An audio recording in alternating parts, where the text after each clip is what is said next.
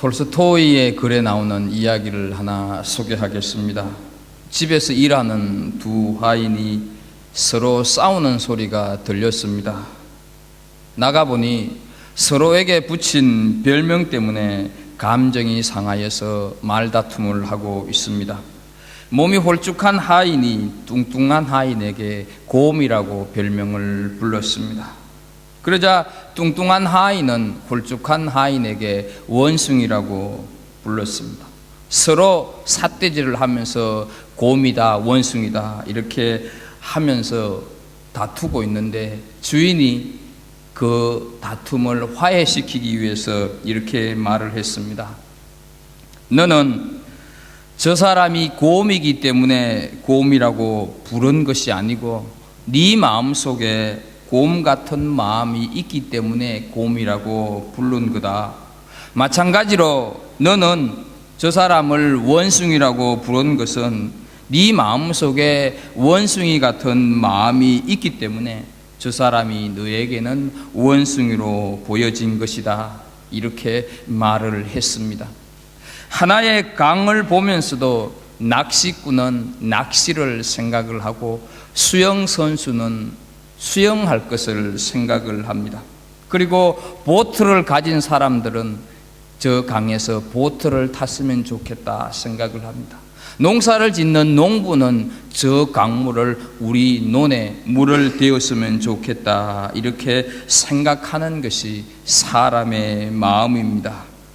마음이 무엇에 다스림을 받고 있는가 하는 것은 굉장히 중요합니다. 마음먹기에 따라서 먼 거리도 가깝게 느껴집니다. 마음먹기에 따라서 아주 미운 사람도 고와 보이게 됩니다. 사람의 마음이 이만큼 중요하다 하는 것이죠. 하루에도 수십 번 변하는 것이 우리 사람들의 마음입니다. 그래서 잠언 4장 23절 말씀을 보게 되면 모든 지킬 만한 것 중에 더욱 네 마음을 지키라 생명의 근원이 이에서 남이라 이렇게 말씀을 하고 있습니다. 마음의 생각이 깊은 것은 좋은 일입니다. 그러나 마음의 생각이 많은 것은 좋은 것이 아닙니다. 생각이 많다고 하는 것은 그만큼 마음이 혼란스럽다는 것입니다. 그리고 마음이 혼란스러운 마음은 사탄에게 틈을 주는 일이 되기 때문입니다.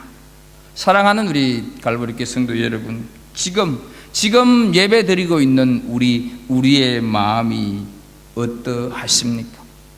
만약 내 마음이 정리정돈이 안 되어서 가정도 비즈니스도 내가 하는 공부도 혼란스럽다고 하면 지금 어떤 말을 하거나 지금 어떤 결정을 내려서는 안 됩니다. 실패를 하기 십상이고 오히려 관계를 더 어렵게 만들기 때문입니다.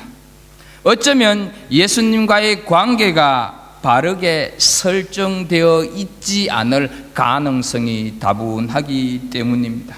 먼저 마음이 정리정돈된 다음에 어떤 결정도 해야 한다 하는 것이죠.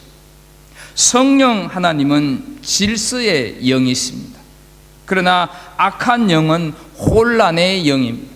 그래서 성령의 역사가 있는 곳에서는 항상 모든 것이 질서가 있고 반듯하고 아름답게 보여집니다. 그러나 악한 영이 역사하는 곳에서는 마음도 내 말도 내 삶도 모든 것이 다 어지럽다 하는 것이죠. 때문에 우리는 우리의 마음을 살피면서 여기에 지금 내 마음속에 어떤 영적인 문제가 있구나 하는 분별력이 우리 속에서 일어나야 한다 하는 것이죠. 마음을 지키지 못하고 마음을 다스리지 못해서 자신들의 마음을 사탄에게 그냥 내어주어 버린 사람들의 모습이 오늘 우리가 함께 읽은 본문 속에 나타나고 있습니다. 바울 사도가 3년 가까이 에베소에 머물면서 말씀 사역을 열심히 하는 가운데서 온갖 이적과 기적의 역사가 나타났습니다. 우리가 이미 살핀 대로 바울 사도의 손수건이나 앞치마를 가져다가 병자에게 얹기만 해도 병자가 낫고 악기가 떠나가는 것을 우리는 이미 살폈습니다. 마술을 행하는 자들은 자신들의 죄악을 스스로 회개를 함과 동시에 자신들이 돈벌이 수단으로 여겼던 마술책을 모두 불태워 버렸습니다. 그리고 그 불태운 마술책의 값이 19절 말씀에 보게 되면 은 5만 정도 된다, 이렇게 기록을 하고 있습니다. 은 5만을 뉴질랜드 달러로 환산을 하게 되면 500만 불 정도가 되는 어마어마한 액수입니다.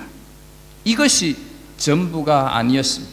사람들이 복음에 뜨겁게 반응을 하면서 우상은 가짜다 하는 것을 알게 되고 스스로 우상을 멀리하게 된 것입니다. 하나님의 역사가 살아나기 시작을 하게 되니까 에베소라고 하는 한 도시 전체가 변하기 시작을 하고 있다 하는 것이죠. 여러분, 이것이 복음의 능력이다 하는 것입니다. 복음이 들어가는 곳에는 그것이 어떤 곳이든지 간에 변화가 있고 소용돌이가 있게 되어져 있습니다. 사람에게도 마찬가지입니다. 내게 복음이 들어오게 되면 나는 견딜 수가 없고 그냥 있을 수가 없고 내 속에서 또 내 행동에서 내 말 속에서 변화가 일어날 수밖에 없습니다. 만약 복음이 들어왔음에도 불구하고 내가 가만히 있고 아무런 변화가 없다고 하면 그것은 복음이 아니든가 그것은 가짜, 말씀이 나를 지배하고 있는데, 말씀이 나를 다스리고 있는데 내가 변하지 않을 수는 없다 하는 것이죠. 이렇게 에베소 사역의 그 성공의 용기를 얻은 바울 사도는 당시의 세계 중심이었던 로마를 거쳐서 당시의 세계의 끝이라고 여겨졌던 스페인을 가기 위해서 준비를 하고 에베소에 머물고 있는데 일이 벌어졌습니다. 악한 영들이 가만히 있을 리가 없었던 것이죠. 데메드리오라고 하는 은장색이 사람들을 모아서 소동을 일으켰습니다. 우리는 여기서 잠시 에베소의 도시의 그때 당시의 형편을 좀 이해할 필요가 있습니다. 에베소는 아데미 신전이라고 하는 그 큰 신전이 그 에베소 한 도시의 문화와 경제와 사회를 지배하고 있었습니다.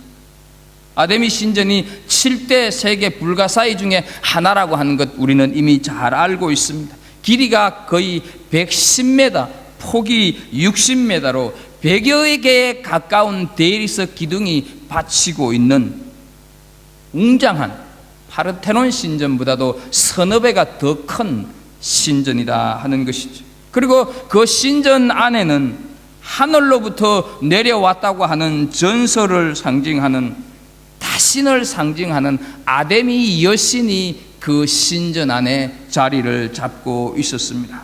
이러다 보니 그 여신을 통하여서 뭔가 복을 받으려고 하는 사람들이 부지기수로 모여들었습니다. 특히나 5월경이 되면 신전을 중심으로 축제가 열리게 되고 신전 주변에는 여행객을 대상으로 음식을 팔거나 기념품을 만들어서 파는 장사꾼으로 가득 찼습니다.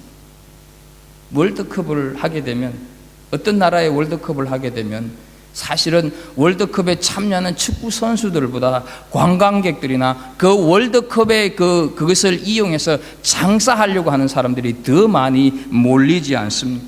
그래서 월드컵이 끝나게 되면 그 나라의 경제가 이렇게 되살아날 만큼 유익하기 때문에 지금도 서로 각 나라들마다 월드컵을 유치하려고 하는 것을 우리는 잘 알고 있습니다. 24절에서 말씀하고 있는 데메드리오라고 하는 사람은 많은 직공들을 데리고 은으로 이 아데미 신전과 그 신전 안에 있는 아데미 여신상의 작은 모형을 기념품으로 만들어서 장사하는 사람이었습니다. 그래서 에베소에 오는 사람들은 이 작은 모형을 사서 부적처럼 가져 있기도 하고 그 산 작은 모형을 아데미 신전에 바치기도 했습니다. 이 데메드리오는 이런 장사를 하는 사람의 우두머리였다 하는 것이죠. 그런데 이 사람이 가만히 보니까 바울이 전한 복음을 받아들이면서 변화된 사람들이 은으로 만든 모형을 우상이라고 여겨서 사지 않는 겁니다. 자연스럽게 장사가 되지 않고 막대한 손해가 생기기 시작을 한 것입니다. 복음 때문에 생업에 차질을 가져왔었고 자기 직업이 천대받게 되고 자기들의 신앙의 대상이었던 아데미 여신에게도 누가 되어서 그 위험이 평가절하되기 시작을 하면서 이 데메드리오는 위기의식을 느끼기 시작을 한 것입니다. 복음의 역사가 그 지역 에베소 지역의 이권과 충돌을 하게 되었다 하는 것이죠. 사람은 너나 할 것 없이 이해관계가 얽히면 갈등이 생기게 되고 그 갈등을 부추겨서 이익을 얻으려고 하는 사람들은 모여서 실력 행사를 하게 되어 있습니다. 그래서 데메드리오는 에베소 지역뿐만 아니라 아시아에 흩어져 있는 동업자들을 한 곳에 모았습니다. 그리고는 말을 합니다. 먼저 25절 말씀을 한번 보겠습니다. 여러분도 알거니와 우리의 풍족한 생활이 이 생업에 있는데, 이렇게 말을 합니다. 그리고 27절 말씀을 한번 보게 되면 우리의 이 영업이 천하여질 위험이 있을 뿐 아니라 큰 여신 아데미의 신전도 무시당하게 되고 온 아시아와 천하가 위하는 그의 위엄도 떨어질까 하노라 하더라, 이렇게 말을 하고 있습니다. 그러니까 이 데메드리오는 우상 숭배를 비판하고 있는 바울을 먼저 공격을 하면서 동료 장인들의 그 재물욕에 호소를 한 다음 아데미에 대한 애국심과 충성심을 유발시키고 있다 하는 것을 우리는 본문을 통해서 알 수가 있습니다.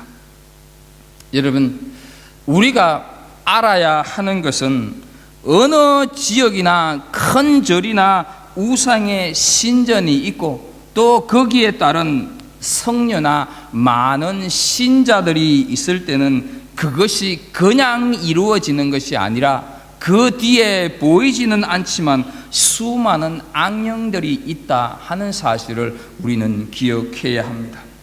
그래서 우상 숭배가 심한 도시나 지역에서는 아주 그 지역을 붙잡고 있는 사탄의 세력이 대단한 것을 보게 됩니다. 아무리 그 지역에 가서 전도를 하려고 해도 전도가 잘 되지 않습니다. 많은 사람들이 두통이나 어떤 정신적으로 고통을 받기도 합니다. 여러분, 현대 종교의 특징이 뭐겠습니까? 현대 종교의 특징은 자꾸 동네로 사람들 안으로 이 종교가 들어온다는 것입니다. 불교만 해도 한번 보십시오. 많은 절들이 사람들이 집중되어 있는 도시 가운데로 들어오고 있습니다. 아마 여러분들 주위에서 절들이 마을 한가운데 떡하니 버티고 있는 것을 보게 될 것입니다. 우리가 생각하기에 절이라고 하는 개념은 어떻게 되어 있는 겁니까? 원래 절은 산속에 있는 거다 하는 것이 우리의 보통 상식입니다. 그런데 반대로 교회는 어떻습니까? 점점 한적한 곳으로 들어가고 있습니다. 분주함을 떠나고 소음을 피하고 전원교회를 지향한다고 하는 명목하에 자꾸 산속으로 들어가고 있는 것을 보게 됩니다. 그래서 웬만한 기도원은 다 산속에 있습니다. 모든 종교는 인간이 신을 찾아갔습니다. 그러나 기독교만이 신이 인간을 찾아온 종교입니다. 신이 인간을 찾아온 여기에 구원이 있는데, 교회는 반드시 사람을 살리는 곳, 생명을 구원하는 곳이 교회고 그것이 존재 이유입니다. 그런데 어떤 이유든지 교회가 산으로 간다든가 한적한 곳으로 간다고 하는 데는 문제가 있는 것입니다. 오히려 사탄이 이 사람들 안으로, 도시 안으로 집중되고 있는 것을 보게 됩니다. 여러분, 개인도 사람도 마찬가지입니다. 사람이 싫고 상처를 받는다고 해서 사람을 피하거나 만나지 않으면 절대로 그 상처에서 헤어나오지 못합니다. 상처를 받고 손해를 볼 때도 있지만 사람과 사람끼리 부딪히고 만날 때 상처가 회복이 되는 것입니다. 사람에게 받은 상처를 사람을 통해서만이 회복이 되지, 그것이 사람을 피한다거나 사람을 만나지 않는다든가 동물을 통해서 그 상처가 치유될 수는 없습니다. 지금 사탄은 아담이 여신을 내세워서 복음의 역사를 방해하고 있습니다. 또한 물질욕에 어두워진 데메드리오를 내세워서 성령의 역사를 지금 방해하고 있다 하는 것이죠. 바울이 3년 가까이 말씀을 가르치면서 말씀의 능력이 에베소 전체를 지배하게 되었습니다. 그러자 사탄이 이것을 알고 적극적으로 회방을 놓는 것을 보게 됩니다. 그래서 여러분, 우리는 주위에 어떤 일들이 잠잠하다가 주위에 어떤 사람이 가만히 있다가 갑자기 소리를 치며 온갖 일을 자행할 때는 왜 이 사람이 가만히 있다가 갑자기 이럴까? 왜 이 일이 아무것도 아닌데 이렇게 크게 확대될까? 지금에 와서 이것이 문제가 될까? 이런 일이 있다고 한다면 그것은 그 일이 그 사람이 문제가 아니라 그 일, 그 사람 뒤에서 배후 조종하는 사탄의 세력이 있다 하는 것을 알아야 합니다. 그리고 우리 마음, 내 마음도 그렇습니다. 잠잠하다가 막 소용돌이가 나고 어찌할 바를 모르겠고 혼란스럽고 할 때는 지금 사탄이 역사하고 있구나 분별해야 할 줄로 압니다. 데메드리오는 그 모아놓은 사람들에게 이렇게 얘기를 해서 선동을 하게 되고, 그 데메드리오의 선동에 분노가 가득 찬 사람들이 바울을 도와주었던 이 가이오와 아리스다고를 붙잡아서 25,000명이 모일 수 있는 연극장으로 끌고 데리고 갔습니다. 그래서 본문 28절에서 34절을 보게 되면 정말 바울 사도를 비롯하여서 예수 믿는 사람들을 다 죽여버릴 듯한 그런 기세로 온갖 소동을 벌이고 있는 것을 보게 됩니다. 먼저 28절을 보면 저희가 이 말을 듣고 분이 가득하여 외쳐 가로되, 29절을 보게 되면 온 시내가 요란하여, 32절을 보게 되면 사람들이 외쳐 혹은 이 말을 혹은 저 말을 하니, 34절을 보면 다 한 소리로 외쳐 2시간 동안이나 하더니 기록하고 있습니다. 무질서와 혼란이 극에 달하고 있다 하는 것을 우리가 보게 됩니다. 여러분, 이것이 악령의 역사입니다. 악령에 사로잡힌 사람은 반드시 혼란스러운 모습을 보이게 되어져 있습니다. 악령은 무질서의 영이고 분열의 영이고 대적의 영이고 혼란의 영이기 때문에 그렇습니다. 더더욱 32절 말미에 보게 되면 이런 말씀이 있습니다. 모인 무리가 분란하여 태반이나 어찌하여 모였는지 알지 못하더라 말씀을 하고 있습니다. 거기에 모인 사람, 분노한 사람들 중에 절반이 왜 이렇게 모였고 왜 이 소동을 벌여야 하는지 모르고 있다 하는 것이죠. 흔히 여러분 우스갯소리로 말씀을 하시지 않습니까? 장례식장에 가서 실컷 울고 난 다음 누가 돌아가셨는가 이렇게 말하는 격을 지금 보여주고 있습니다. 이것이 군중들의 속성입니다. 선동에 의해서 동원된 군중들은 논리나 취지보다는 감정에 좌우되는 것입니다. 정이냐 불이냐 옳으냐 그러냐 여기에 관심이 없습니다. 내게 이익이 되느냐 내게 손해가 되느냐 여기에만 관심이 있습니다. 여러분, 오늘날도 이런 군중들이 우리 속에 우리 가운데 많이 있다 하는 사실, 더욱이 최고로 발달한 인터넷으로 책임없이 그저 불만만 표출을 하고 반대와 비판에만 몰두를 합니다.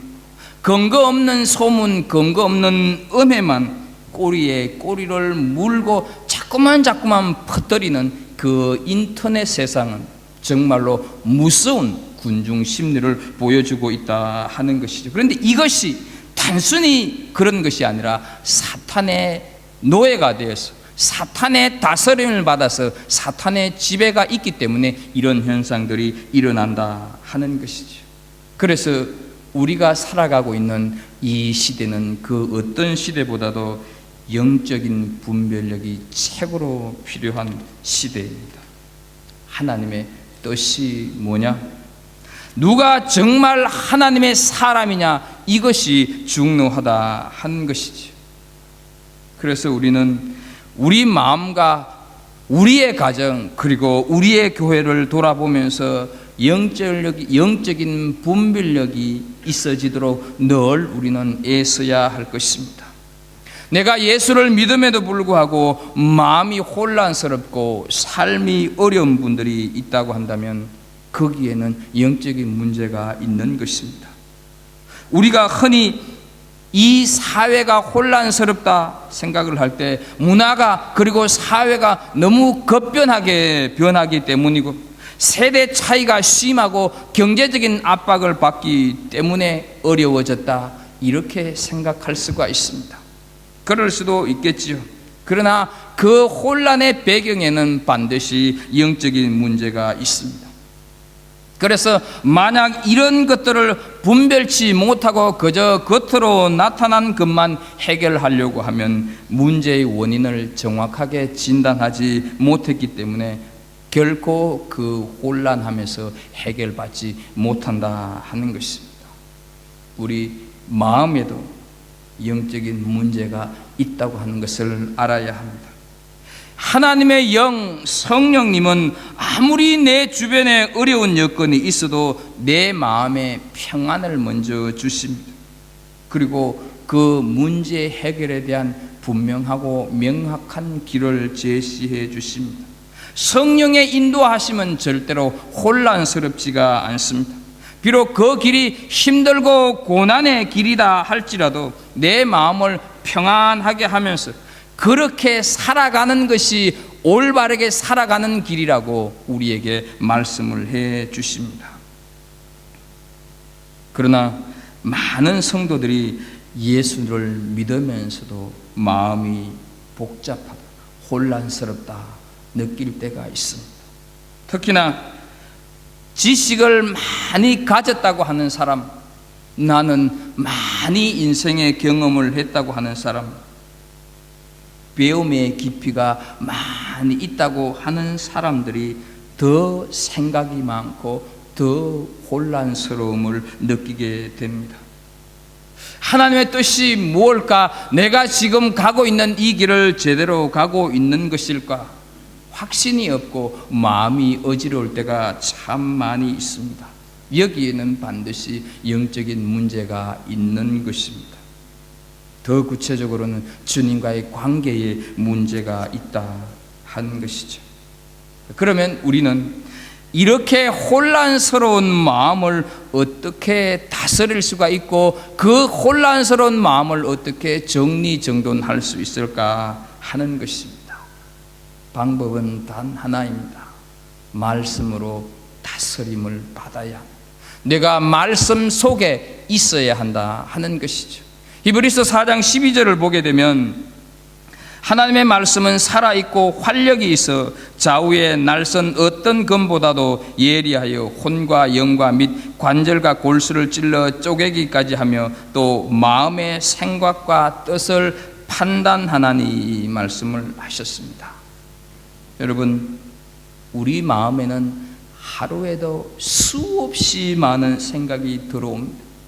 우리 귀에는 하루에도 수없이 많은 말들이 들려옵니다. 주님이 주신 생각도 있고 내 생각도 있고 마귀가 주는 생각도 있습니다. 그렇기 때문에 아무 생각이든지 그것을 정말로 생각 없이 받아들여서는 안 된다 하는 것이죠.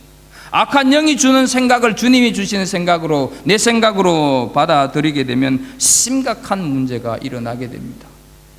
가룟 유다에게 예수를 팔려고 하는 생각을, 마음을 넣어준 마귀가 여전히 어떻습니까?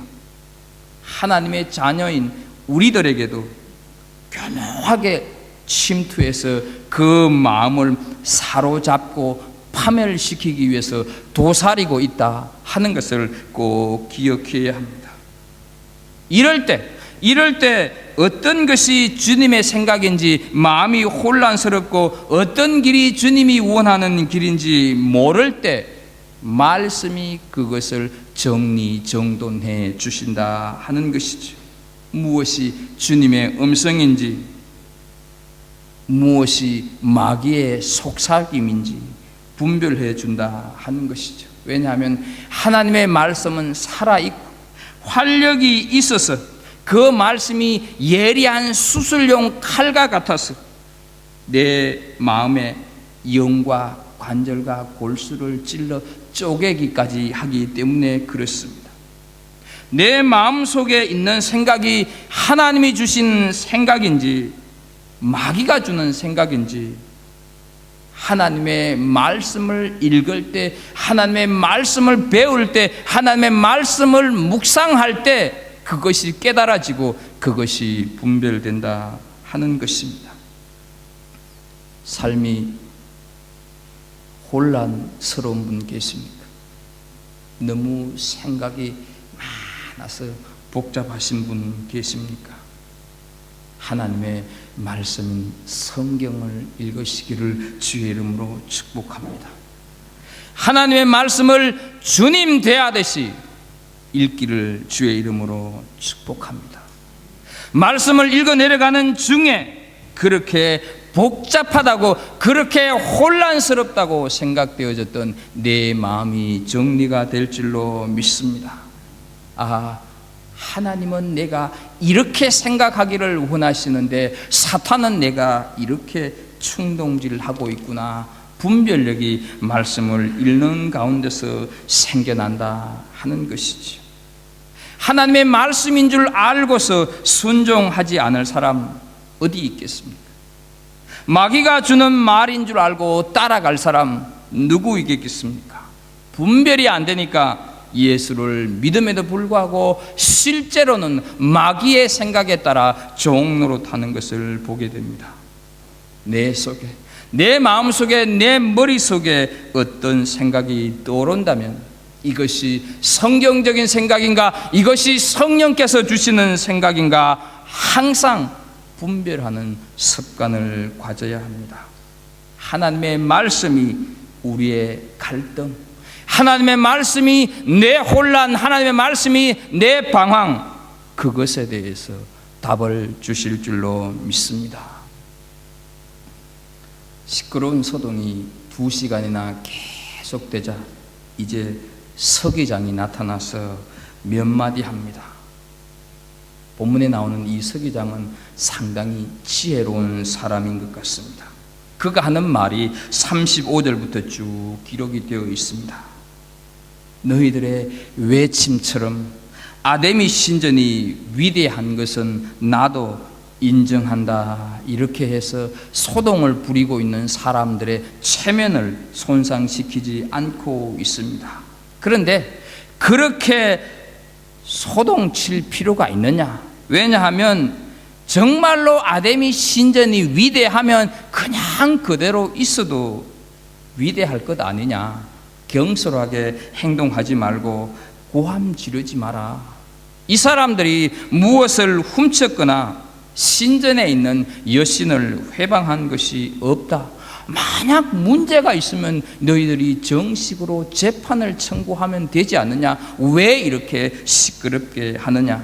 오히려 너희들이 시의 공식적인 절차를 밟지 않고 이렇게 소동을 부리는 것은 자칫하면 너희들이 욕을 당할 수도 있다. 나는 바울과 그 일행들에게서 불법적인 것을 아무것도 찾지 못했다. 이제 그만 돌아가는 것이 좋겠다. 이렇게 말을 했을 때 바울과 믿는 그리스도인들을 잡아 죽일 듯이 달려들던 그 사람들이 서로 눈치를 보면서 설거머니 다 흩어지고 말았다 하는 것이 본문의 기록이 되고 있습니다. 참 우습게도 하나의 에피소드로 끝나고 마는 것을 보게 됩니다. 천지 개벽이 일어날 듯 같이 몰려왔었는데 그것이 너무 싱겁게 끝나버리고 말았습니다. 여러분, 우리가 살아가다가 보면 정말로 이 일이야말로 내 인생에서 가장 큰 문제다, 이것이 내 인생의 절대절명의 문제다 닥쳐오는 일들이 참 많이 있습니다. 그러나 그것이 내가 말씀의 다스림을 받고 내가 말씀의 지배 속에 있으면 본문에 나온 것처럼 아주 우습게 사가라지고 싱겁게 끝나버릴 줄로 믿습니다. 이제 말씀을 정리하면서 한 가지 기억하고 싶은 것은 바울 사도가 말씀을 집중적으로 가르치기 시작을 했을 때 에베소 도시의 전체에 큰 변화가 있었고, 한편으로 사탄의 방해 문제가 생겼지만 정작 오늘 본문을 보게 되면 원인 제공자라고 할 수 있는 바울은 아무런 역할을 하지 않았음에도 불구하고 그 큰 이슈가 해결이 되고 있는 것을 보게 됩니다. 여러분, 이것은 무엇을 의미하는 것입니까? 그만큼 말씀의 다스림이 중요하다 하는 사실입니다. 바울 사도가 말씀을 그들에게 가르쳤을 때 에베소의 말씀이 선포되자 성령의 역사로 도시 전역이 사로잡히게 되는 것입니다. 사랑하는 성도 여러분, 혹시 우리는 복음을 듣고 말씀을 듣고 그냥 예수 믿는 그 선에서 그치고 있지 않습니까? 예수님은 우리의 생명이다. 그분이 나를 위해 십자가에 달려 돌아가시고 그분이 다시금 부활하셨다. 그래서 그분을 믿으면 죄 사함을 얻을 수 있다. 그분은 여전히 우리와 함께 계신다. 여기에만 그치고 계시는 분 없습니다. 주일날 오셔서 설교 듣는 것만으로 내 믿음을 다 지키려고 하시는 분은 계시지 않습니까? 만약 그렇다고 한다면 그분의 신앙생활 속에는 많은 고민이 있을 것입니다. 내가 지금 잘하고 있는지, 마음이 복잡하고 예수를 믿어도 내 삶에 아무런 증거가 나타나지 않는다, 갈등이 있다 하는 것이지요. 그럴 때 우리가 해야 할 일 다른 것 아닙니다. 말씀을 읽고 말씀을 묵상하기를 주의 이름으로 축복합니다. 우리가 살아가면서 겪는 신앙의 대부분의 문제는 내가 말씀을 가까이 하지 않고 말씀을 소홀히 하는 데서 일어나는 경우가 많습니다. 말씀을 읽으면 신앙의 차원이 달라집니다. 영적인 분별력이 생겨지는 줄로 믿습니다. 우리는 때때로 신앙생활을 하면서 답답한 문제에 부딪혔을 때 하나님, 이 문제에 대해서 좀 대답해 주십시오, 이렇게 기도할 때가 있습니다. 그때 하나님이 말씀을 하십니다. 성경을 읽으라고 말씀을 하십니다. 하나님께서는 이미 우리가 하나님의 음성을 들을 우리가 하나님의 음성을 들을 길을 다 예비해 두셨다 하는 것이죠. 그것이 이 66권 성경인 줄로 믿습니다. 물론 하나님께서는 때때로 우리에게 아주 신비한 모습으로 인도해 주실 때가 있습니다. 그러나 그 신비한 모습 역시 모두가 다 이 성경 안에 있는 말씀을 통해서 신비하게 인도한다 하는 사실을 기억해야 합니다. 성경을 소홀히 하고 그저 신비한 것에만 관심을 갖다 보게 되면 오히려 내 심령이 약해지고 미혹을 받을 수가 있다 하는 것입니다. 하나님께서는 급하실 때는 급하게, 늦으실 때는 늦게, 천천히 이런저런 방법으로 인도하시는데 그 인도하시는 방법이 다 말씀 안에 있다는 것이죠. 그래서 말씀을 통해서 내가 준비되어 있지 않는다고 한다면 하나님이 나를 인도하시는 방법을 내가 모른다는 것이죠. 하나님은 분명히 A라고 하는 방법으로 인도하시는데 성경에 A라고 하는 방법이 적혀 있는데 내가 성경에 있는 A라고 하는 방법을 모르니까 하나님은 나를 인도하시지 않는다고 생각을 한다는 것이죠. 혹시 우리는 복음에만 그냥 머물러 계시고 있지는 않습니까? 주일 설교 듣는 것으로 내 신앙이 다다 전부 다 생각하시지는 않습니까? 내 마음이 혼란스럽다고 한다면 말씀만이 우리의 마음을 정리정돈해 줄 수 있다 하는 사실을 믿으시는 은혜가 있기를 주의 이름으로 축복합니다. 언제나 우리 신앙생활의 답은 말씀입니다. 아무리 옳은 일이라 할지라도 말씀의 답을 얻기 전에는 속단하지 말아야 합니다. 그리고 그 말씀이 나를 지배하고 다스리도록 늘 우리는 말씀 가운데 있어야 될 줄로 믿습니다. 이 시간 주님께서 내게 말씀으로 다가와 주시기를 소원합니다. 주님, 이 시간 내게 말씀으로 역사해 주십시오. 사모하는 마음이 오늘 이 시간 우리에게 있기를 주의 이름으로 축복합니다. 기도하겠습니다. 하나님,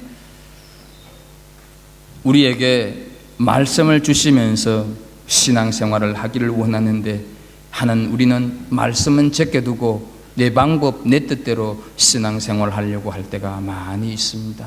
그래서 하나님, 때로는 어렵고 때로는 고통을 겪을 때도 있습니다. 아버지, 말씀이 우리 한 사람 한 사람을 온전히 다스리고 지배하고 잡아 주시기를 간절히 소원합니다. 말씀의 은혜가 우리에게 늘 있게 하여 주옵소서. 예수님의 이름으로 기도하옵나이다.